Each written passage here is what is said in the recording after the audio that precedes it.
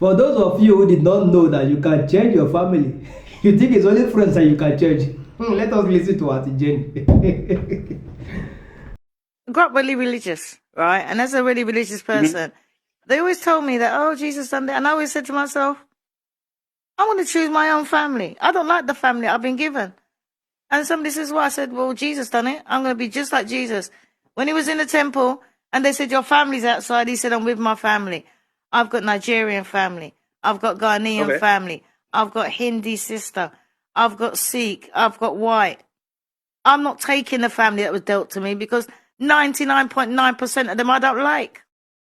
I don't like them. I don't trust them. I don't respect them.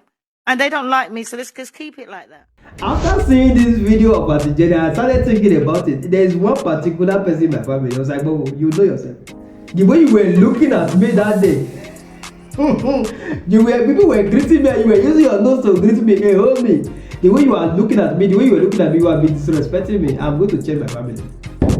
I am going to change my family. I thought, Dangote. I have been thinking of Dangote's family. I think that in the family I would have to go to that. Dangote, please get ready for me. Yes.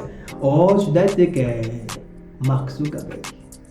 Mark Zuckerberg, no, that one is Yeboah. He will not work. He will not work. If I go there now with my do skin, go to Mark Zuckerberg. No, he will not work. Which one again?